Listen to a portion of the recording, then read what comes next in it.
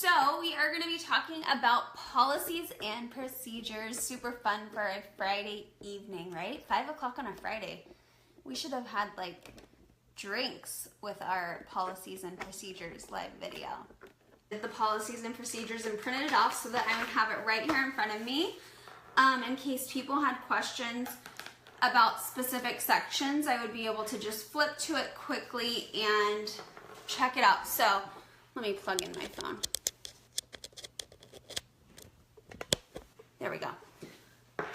Okay, so I'm gonna go over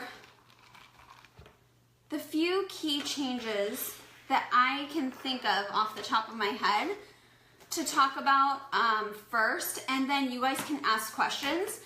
I had a little bit of notice on these. We learned about them at leadership, and I have talked about them in a platinum meeting before.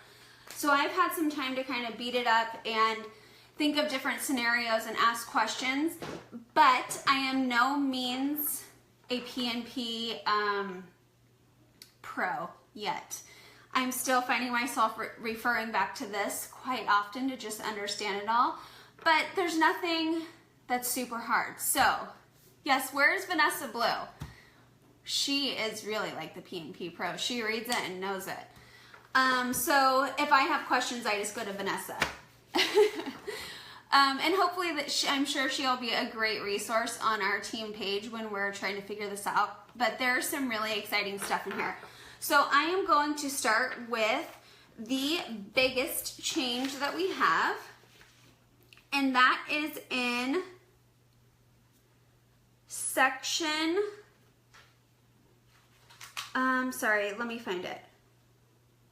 It's in section 15, selling and ordering. So, up until now, we have not been allowed to sell. Okay, wait, here. Let me get to what page it's under. Okay, so on page 11 of the PNPs, it says, this section completely overhauled. Please read carefully on page 11. So this section, it's section 15, and it's all about selling and ordering. So up until now, we have not been allowed to have little booths within boutiques or salons. We have not been allowed to do a kiosk in the mall. We've not been allowed to have a studio space where maybe I have my office and then I have some cash and carry. We've not been allowed to do that up until now. With these new changes, you are allowed to do all of the things I just mentioned with some restrictions on it. So I am going to go through section 15.1 pretty much stays the same. You have to be within the United States to sell Perfectly Posh. We are not yet an international company. Hopefully that's coming within the next year or two, but we will see. 15.2 is also the same. You cannot sell products for cheaper than they are sold on the website in like a public place. So if I had a little setup in a salon, I can't say that my hand creams are $5. I need to say that they are $9 just as they state on the website. If there's some that are retired, I may sell those for the price that they are listed on at the website. What this does is it prevents someone from buying a whole bunch of stock and going and selling it right next door to where you live for cheaper than you are. It creates an even playing field. No one can go and get Posh in a public place for cheaper than the website says.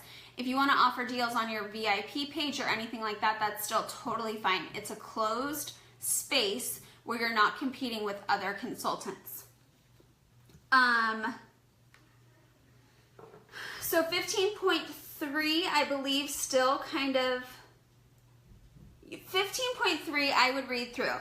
This is where it starts to get into where you can sell. So you can still sell at parties, in a home, wherever you do a party, if you have it at a hotel, if you have it at a meeting space, you can sell products there. You can still do fundraising events.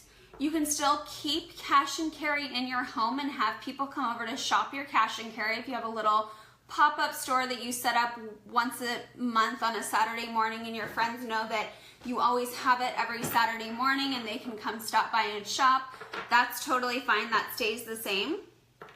Online selling stays the same. You can only sell it pretty much in 2 places. You can sell Posh on your Posh website, of course, and then you can sell Posh on your VIP page on Facebook. Selling through your replicated website stays the same. Selling on social media stays the same. You're not going to be able to offer discounts on a public page. You can't go on, I can't go on my Facebook page on my timeline and say, who wants a hand cream for $5? If I am selling hand creams for $5, I can say something like, join my VIP group to check out the special I'm offering on hand creams. Maybe my offer is a quarter off. Maybe it's $2 off. No one should know unless they are in my closed space of my VIP group.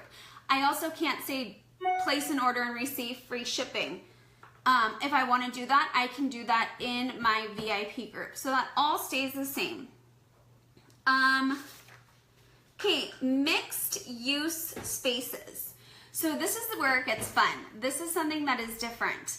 If I now wanted to, I could go into a boutique. If I opened a boutique, or if I worked at a salon, or if I know someone who owns a salon, they can now offer perfectly posh products in their salon on a consistent basis if that space is mixed use. So a salon offers hair styling, it offers, maybe they do manicures, pedicures, and they can have a little setup where they can sell Posh.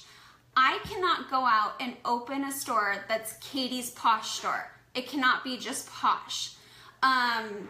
It has to be mixed use space.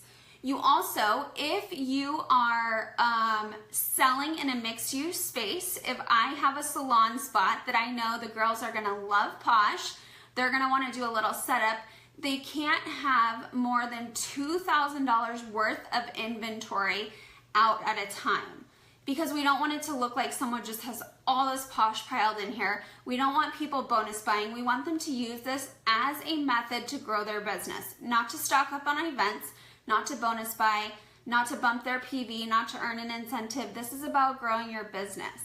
So if you know someone who owns a salon, who owns a boutique, if you work in a salon, you are now able to offer them the opportunity, or to use the opportunity for yourself to sell your Posh, which I think is so good, because if I just think of like salons as the ideal place for this. People go to a salon to be pampered. They want to get their hair done. They want to, sorry, I got distracted by my computer. They want to get their hair done. They're taking some time for themselves. If you could take that opportunity in the salon to share Posh products with them, I just think that it's the perfect space for it. I think of our fizzy bath bombs in a boutique. It could be a really great thing if you have a small store within your town, to have put together some information about Posh, maybe a few items, and take it down to the store and say, you know, these products are now available to be sold in your store. You could do it by giving the products to the person and they sell it in their store, and you come back and take what's left and restock. Or you could have that person join your team and they buy their own stock for their store and do it that way. So bonus buying, Carly wants me to back up on that. Bonus buying is where you are buying more product than you can realistically sell just to have higher PV, or to hit a new rank, or to earn something. So that's not the point of this. The point of this is to build your business. So if you want to start out small and invest $500 in hand creams and chunks, do that. If there's an incentive and you can earn it by, you need $5,000 to earn this incentive or this trip, and you do that, you buy that just for that, and you have no intention of selling it, that's bonus buying. So that's mixed use spaces. in mixed use spaces, I'm trying to see here. So like a salon doesn't really have set hours. Boutiques do, but you're not the person. It says right here, for example, if you have a strip mall demonstration office for team meetings, you may cash and carry out of that office with varied hours each day. So for mixed use, if it was my mixed use location that wasn't a salon, but it was like I had my team meetings there and I also wanted to set up Posh, I couldn't open my doors from 8 to 5 every day and sell Posh. It has to be like, this week I'm doing these hours, next week I'll be available these hours.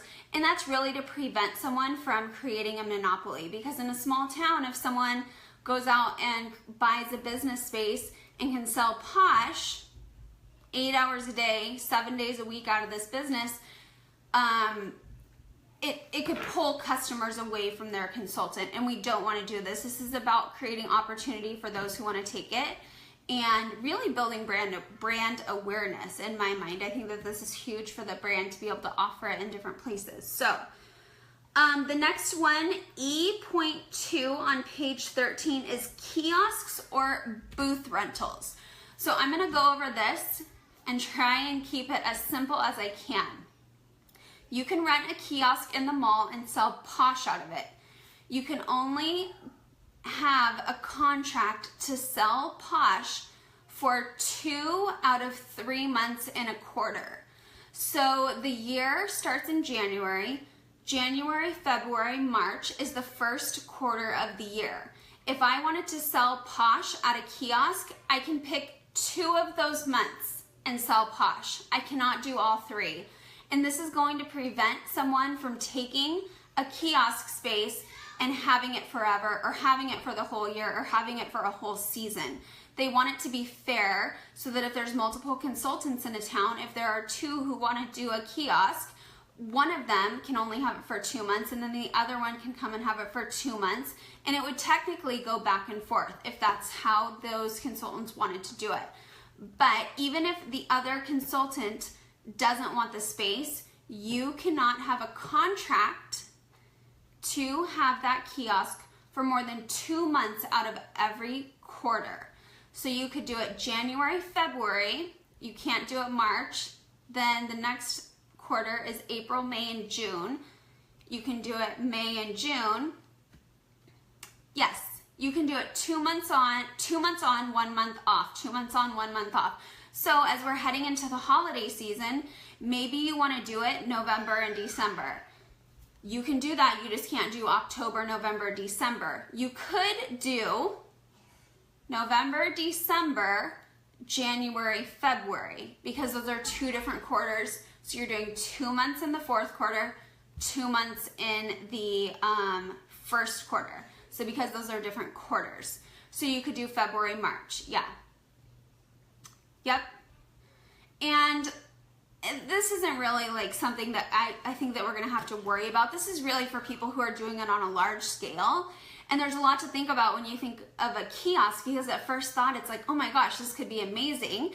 But you have to think about the cost of the kiosk, staffing the kiosk, having those hours during the holidays. It's really,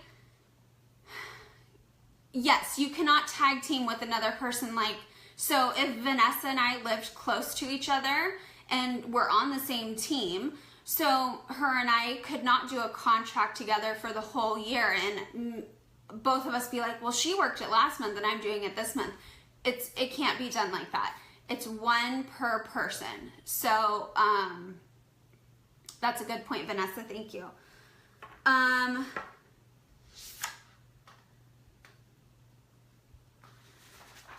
I'm just reading through to make sure I'm not missing anything. If you choose to share the lease with other business owners or team members during your 2 calendar months, you cannot sell any other direct sales items nor personal care products in it. So I can't get a booth with my friend who sells Origami Al, and she sells half on one side and I sell my half on the other. It is It needs to be all Posh if it's a Posh kiosk. Yes, Charity, and that's really what it's about. It's that we want everyone to have the opportunity. If anyone wants to take advantage of this new way of selling, we want it to be open. This isn't for someone to come in and take the whole space and really steal the market. And I was talking to someone about it the other day, and I thought just how big this is for brand awareness. And I don't want anyone to feel like, well, oh my gosh, if someone opens a kiosk in the mall and I live in the same town as the mall, all my customers are going to go to her. That's absolutely not true.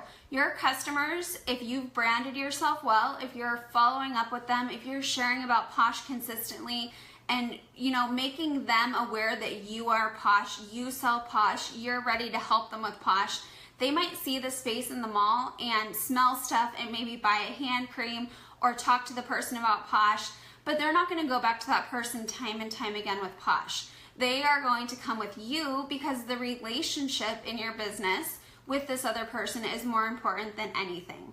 So the rules are really to keep it fair, and I want everyone to know that this is really good for brand awareness and it's exciting. And if you are branding yourself as Posh and you're continuing to work your business, even if someone has a kiosk next door to your house, this doesn't change anything because you've already done the groundwork. You've created a relationship with that person. So,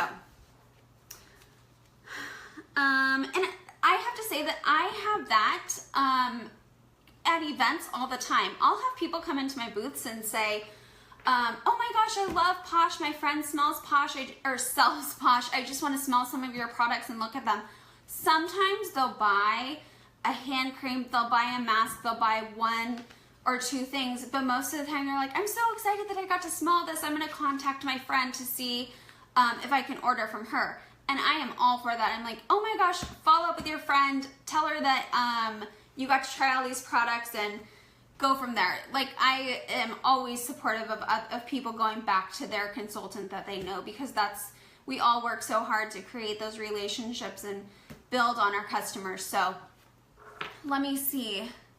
So say we make a contract with a booth, we do 2 months of Posh. Are we then not allowed to do the following month or two of a different DS company with no Posh merchandise? Not sure.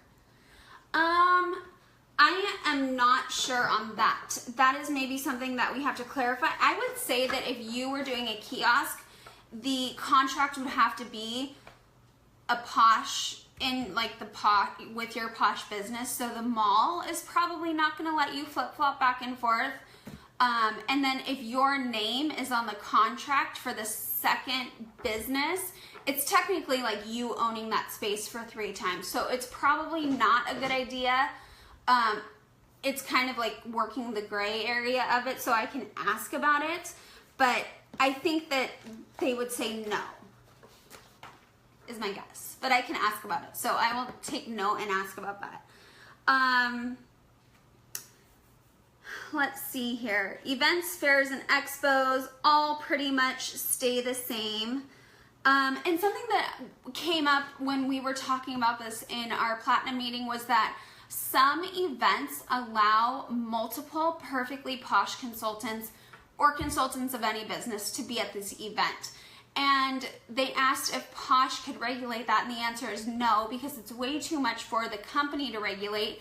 But when you are negotiating your contracts for an event, make sure that you ask the business or the event coordinator, am I going to be the only consultant?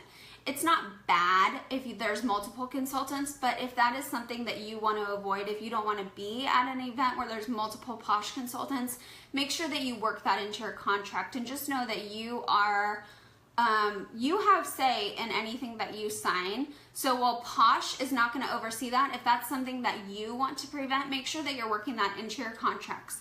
Also, when you sign up for events, even though my S Corp and everything is Posh by Katie, I always put Perfectly Posh on my event applications, because I don't want them to see Posh by Katie and then tell me that there's no other Perfectly Posh consultants, and someone joins the event with Perfectly Posh, and they look at and they're like, well, that's not the same because you're Posh by Katie and she's Perfectly Posh.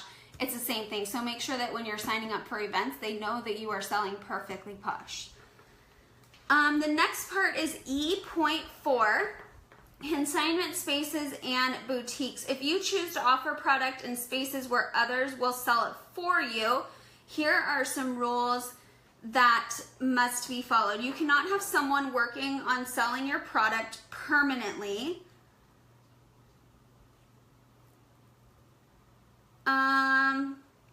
Read through this one. This one is pretty similar to the one that I read on the other page.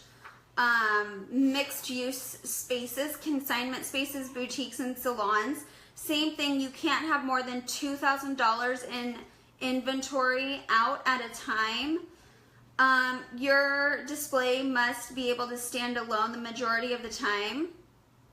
So it's like you don't want someone standing there with it all the time as if it's like an event. If you are supplying an establishment with inventory, you must leave your name and business contact information with the establishment on display for all customers. So if you are leaving it at a boutique or a salon, you need to make sure that your information is displayed near or at the cash register or somewhere near where the products are, so that someone who comes into that salon or that boutique or wherever you're selling it knows that it belongs to you.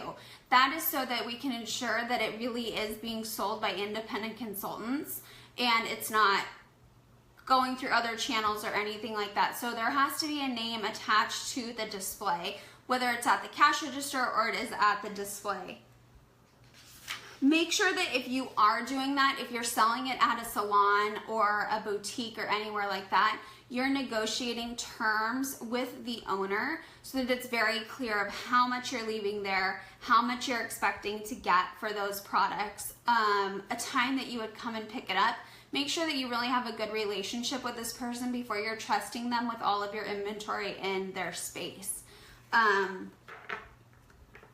Perfectly Posh has no control over these relationships, so it's your responsibility to maintain a professional relationship with the business owner. So that's basically saying that they don't have any, you have to be responsible for where your inventory is being left and how you're dealing with it. So put a lot of thought into where you're planning on leaving stuff and the terms that you're leaving it there on, how much you're leaving.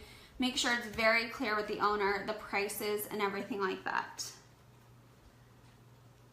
Subscription and other combining programs. You may set your own retail price when bundling Posh products with other items that are either non-Posh items or non-commissional Posh products, where true value of said product would be impossible to determine. These might include gift baskets, subscription type boxes, and similar type offerings. So this is basically saying that subscription boxes are okay for you to offer as long as you're not putting, if you're saying $30 and saying you get this, this, and this, and it equals up to more than $30 worth of Posh product, you can't advertise that publicly. So maybe you say join my VIP page to get a $30 subscription box. You can't put exactly what's going to be in the box if the Posh portion of that box equals more than $30. So read through that part. Not honoring your commitment in a subscription model with a customer is grounds for termination. So if people start offering subscription boxes and take money from people on a consistent basis and aren't delivering the products, and that customer reports it to home office, it is grounds for your account to be terminated. Oh, and here is the overview of the whole new change to the selling, the salons, the boutiques, the kiosks, all of that. These rules are designed to prevent a monopoly situation, inventory loading without a reasonable expectation of being able to sell the inventory, and preserve healthy competition and many consultants in any area. Perfectly Posh reserves the right to shut down any activity perceived to have a monopoly on any channel or location.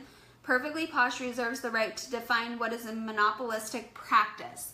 So like I said before, a lot of the rules are in place to keep it fair. No one can go into a small town and take over a store and open it up and sell Posh 24/7, have all the products there readily available for anyone to purchase. That's not how this is supposed to work. This is a new way to grow your business and create brand awareness and expand your market without being a monopoly. Okay, so that is the biggest part of the changes. There are a few others that I have talked about on here before. There's one that is exciting, another exciting one that is you can now boost your Facebook posts. So if you have a Perfectly Posh business page, I think you can do it on Instagram. I'm not actually sure. I know for sure on Facebook you can boost posts. You can pay $5, $10, $15, and they guarantee that your post is going to be seen by 1,000 people, 5,000 people, 10,000 people. There's different levels that you can set it at, and that is now allowed. So if you want to boost any posts on Facebook, you can now do that. It is still against policies and procedures to do pay-per-click ads, which is typically done through Google or search engines. That is to protect the integrity of our referral links.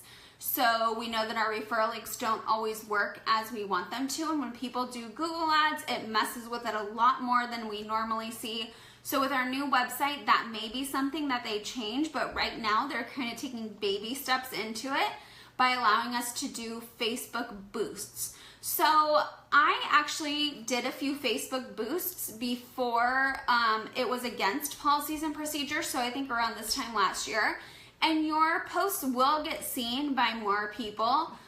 Test it out by just putting $1 or $2 or $5 and see what happens. But if it's something where you're offering the opportunity to join, or you're sharing your VIP group or things like that that could really draw more customers in, it could be really good for your business. So try it out if you're interested in that. It's also a good way to get some new followers, which we all know on Facebook, the more followers you have, the more people will get to see your stuff because of mutual friends and things like that. Trying to think what the other one is. Let me see. Oh, sorry. What's your first question, Jennifer? I don't think I saw. Sorry, I'm just now catching up. I just realized that when you scroll on questions and then you like stop somewhere, it doesn't continue reloading them, so I had missed a bunch. Jennifer, let me know what your question was. I don't think I saw it. Okay, sorry, my mind went blank. The third one is that now when someone goes inactive, they cannot just call and reactivate. So I am excited that they're cracking down on this because so many people just go inactive and don't really, care to push to get their $300, which is already one of the lowest requirements in the industry to stay active, $300 every 6 months.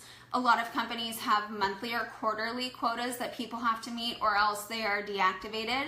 So at this point, people just don't care, figure that they'll call in 2 weeks later, get reactivated, and continue placing their personal orders. So really, we have some people who are customers who think that they're consultants, and it's harmful to our business because someone who is a customer should be purchasing from those of us who are serious about working our business.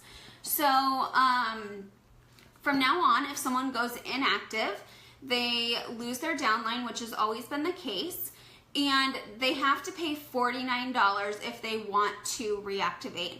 And what this does is it ensures that people who are reactivating are serious about wanting to start their business over.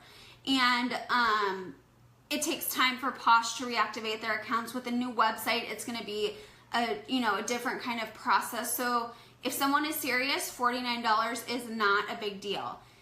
The other thing that is exciting, because we can follow up with those people who have gone inactive, if someone has been inactive for over a year, they may now rejoin Posh for $99, get a new starter kit, and they will have the opportunity to do the Prep Academy again, to earn their props again, to count as a recruit for you, to it's like their entire business just starts over. So they can pick a new sponsor, they can go on the website and just sign up again, they get the kit, they do everything.